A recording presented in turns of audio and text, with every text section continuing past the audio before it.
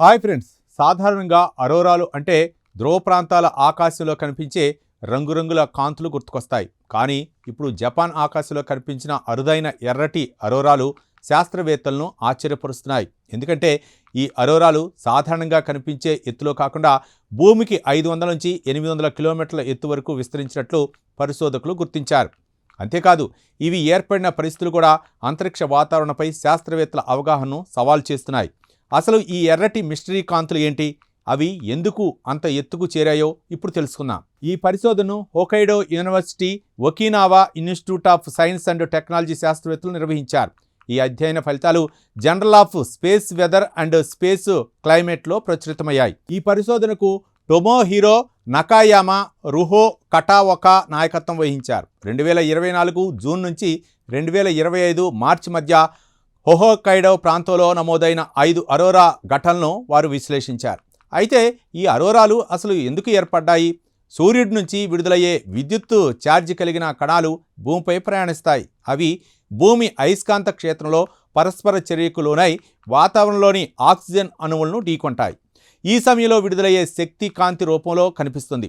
ముఖ్యంగా ఎత్తైన ప్రాంతాల్లో ఆక్సిజన్ అణువులు విడుదల చేసే ఎర్రటి కాంతి వల్లే ఈ రకమైన అరోరాలు ఏర్పడతాయి. సాధారణంగా జపాన్ వంటి ప్రాంతాల్లో కనిపించే ఎర్రటి అరోరాలు భూమికి 200 నుంచి 400 కిలోమీటర్ల ఎత్తులో మాత్రమే ఏర్పడతాయని శాస్త్రవేత్తలు భావించారు. కానీ ఈసారి మాత్రం అవి 500 నుంచి 800 కిలోమీటర్ల వరకు విస్తరించినట్లు గుర్తించారు. అంతేకాదు, ఈ ఘటనలు సంభవించిన సమయంలో నమోదైన భూ అయస్కాంత తుఫాన్లు కేవలం మధ్యస్థ స్థాయిగా మాత్రమే నమోదయ్యాయి. దీంతో శాస్త్రవేత్తలు ఆశ్చర్యపోయారు. పరిశోధకుల ప్రకారం దీనికి కారణం సూర్యగాలులు లేదా సోలార్ విండ్ కావచ్చు.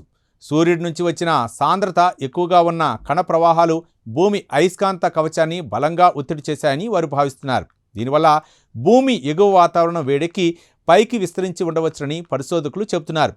అదే అరోరాలు ఏర్పడే ప్రాంతాన్ని కూడా అసాధారణంగా ఎక్కువ ఎత్తుకు తీసుకెళ్లి ఉండవచ్చునని వారు అంచనా వేస్తున్నారు. ఈ అరోరాల ఎత్తును గుర్తించడానికి శాస్త్రవేత్తలు ఉపగ్రహాల డేటాతో పాటు జపాన్లోని సాధారణ ఖగోళ పరిశోధకులు తీసిన ఫోటోలను కూడా ఉపయోగించారు. దేశంలోని పలు ప్రాంతాల నుంచి వచ్చిన చిత్రాలను పోల్చి అరోరాలు ఎంత ఎత్తు వరకు విస్తరించాయో వారు లెక్కించారు.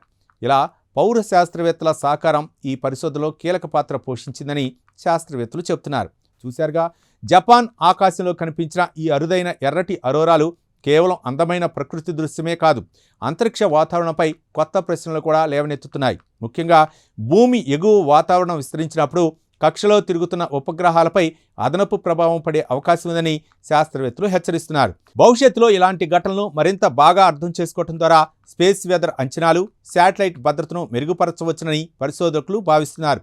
ఈ కథనంపై మీ అభిప్రాయాలను కామెంట్ ద్వారా తెలపండి. వీడియో నచ్చితే లైక్ చేసి ఛానల్ని సబ్స్క్రైబ్ చేయండి. Thank you.